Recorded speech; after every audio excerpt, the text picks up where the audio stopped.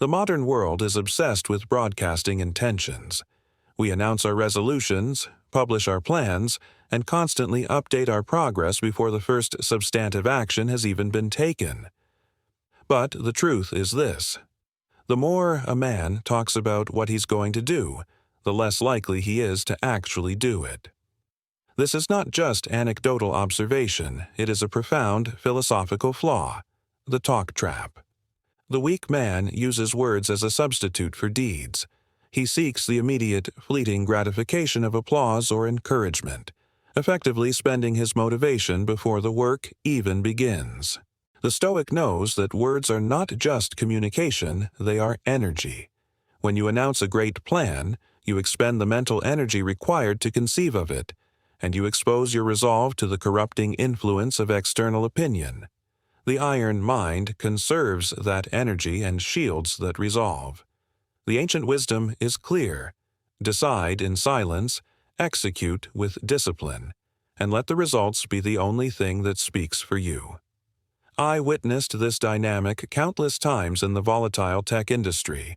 The men who spent meetings pontificating on their grand, strategic visions were almost always the ones who failed to deliver the final product.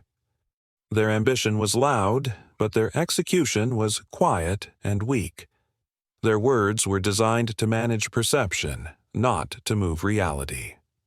My own anxiety was often fueled by this trap. I would talk up a difficult project, and the initial praise would feel so good that I would mentally check the work off as done. When I finally sat down to face the arduous reality of the task, the internal fire had been extinguished, and the motivation was gone. My words had robbed my actions of their fuel. We must understand the deeper psychological principle at work here, the one that makes talking so dangerous to the man who truly seeks to build an unshakable character. A practical habit. Identify one important goal you are currently pursuing. Commit to sharing 0 updates about this goal, online or verbally, for the next 7 days. Observe the initial discomfort. That is your ego craving validation. Endure it.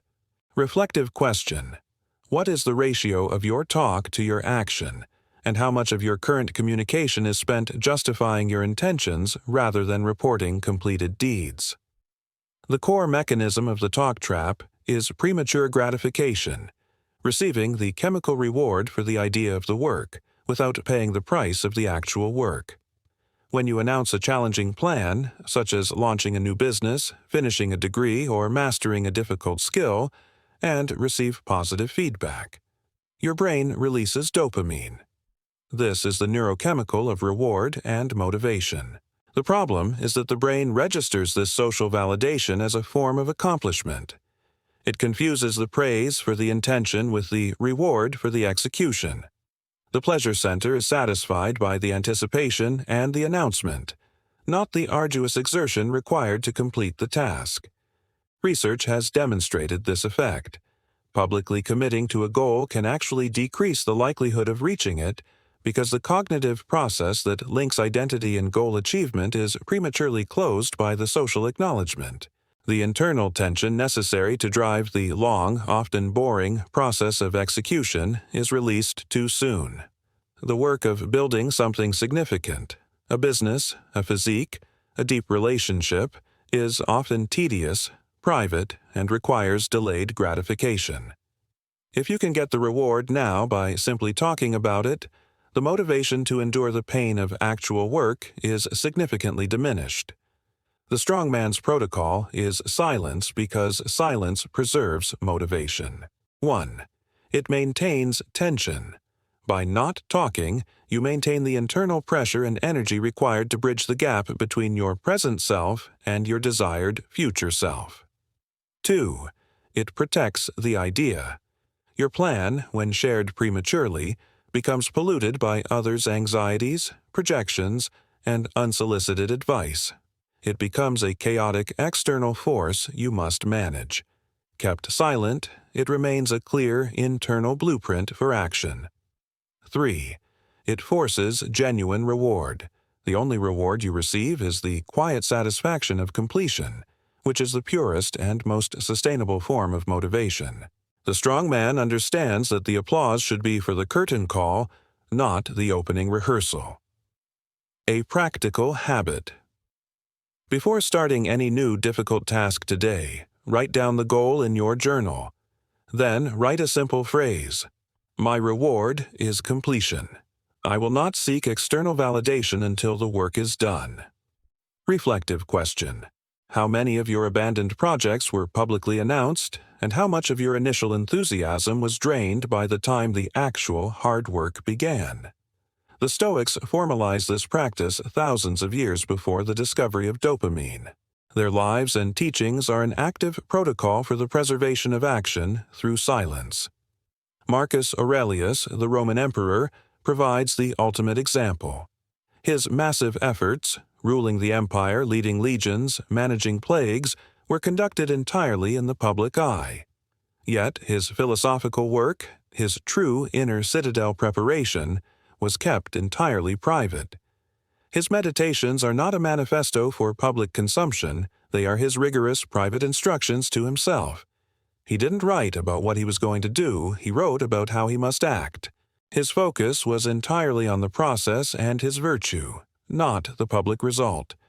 He knew that sharing the struggle for virtue would contaminate the very virtue he was seeking. His deeds were public, his preparation was profoundly private. Cato the Younger was famous for his uncompromising integrity and his deliberate avoidance of rhetorical flourish. In Roman politics, where power was built on elaborate, persuasive speech, Cato's strength came from his deeds. He earned respect not by being the loudest or the most articulate, but by being the most consistent and unflinching. His reputation was a natural consequence of his principles, not a carefully managed public relations effort. His very presence in the Senate was a silent challenge to the corruption of his peers.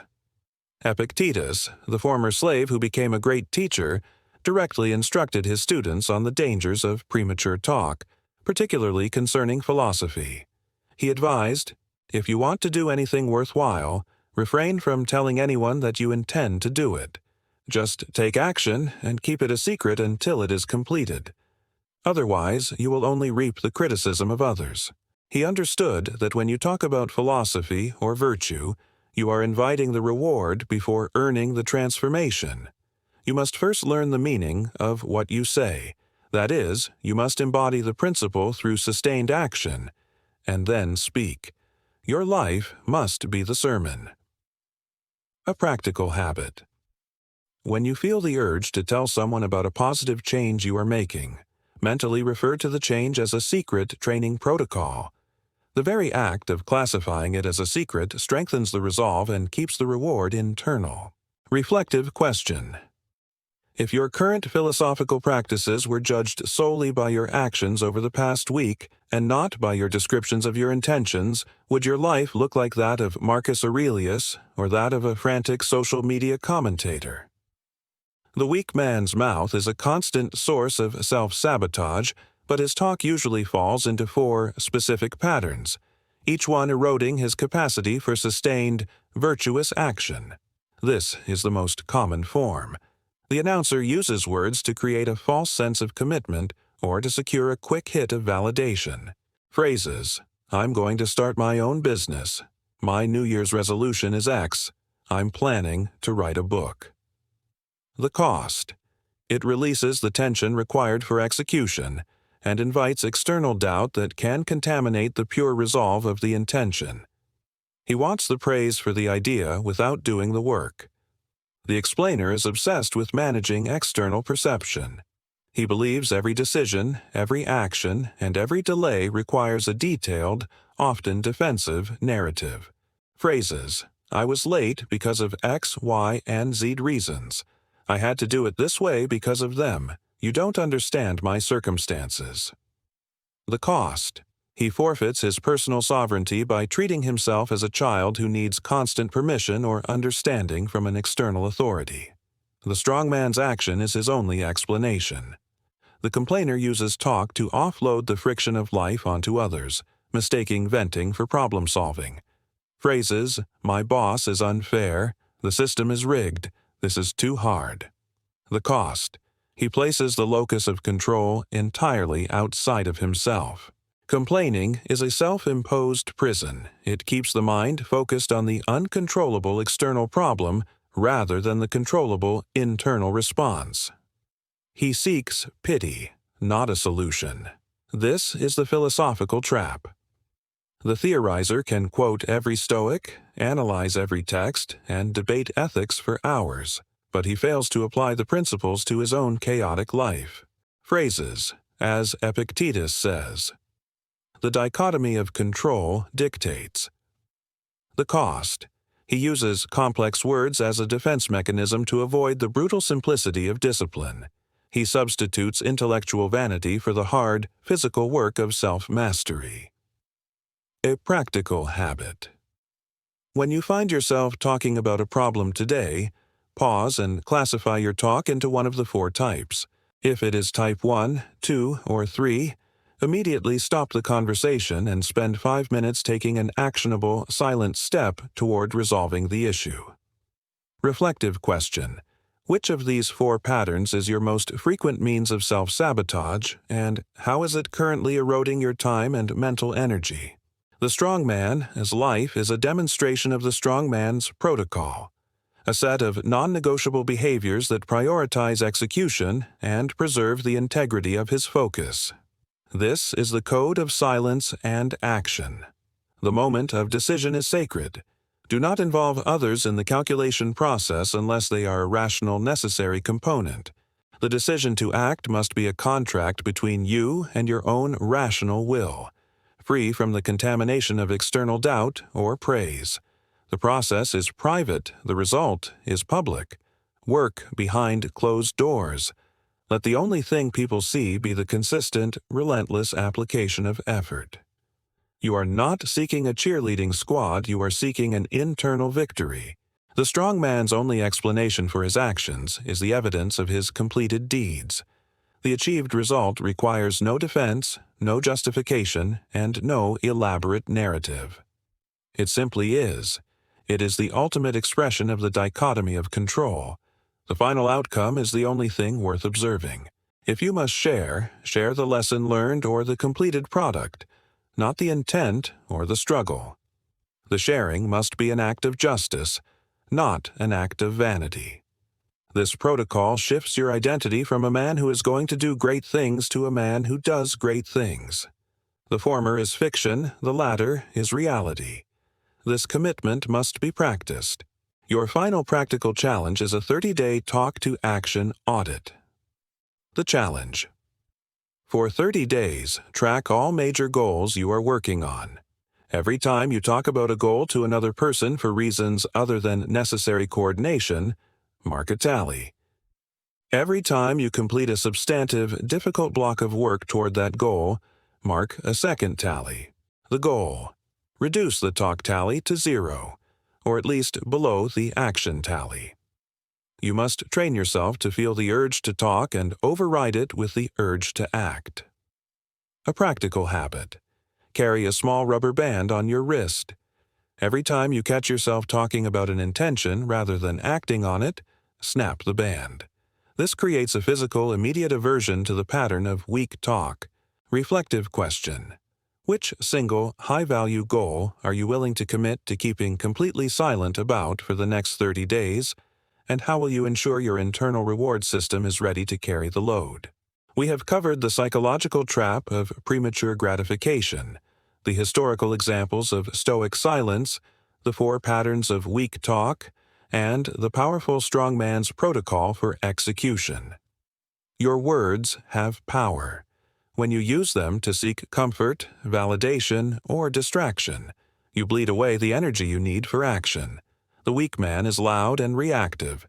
The strong man is quiet and deliberate. The world does not need to hear your intentions, it needs to see your results. You must choose to stop being a passive spectator in the arena of your own life and become the focused, silent combatant. The journey to building an iron mind is an internal one. It requires the discipline to master your impulses and the courage to endure the silence and the hard work without the immediate reward of external applause. Begin your 30-day audit tomorrow. Choose Silence. Choose Action. Would you like me to create a simple, printable tracking sheet for your 30-day Talk to Action audit?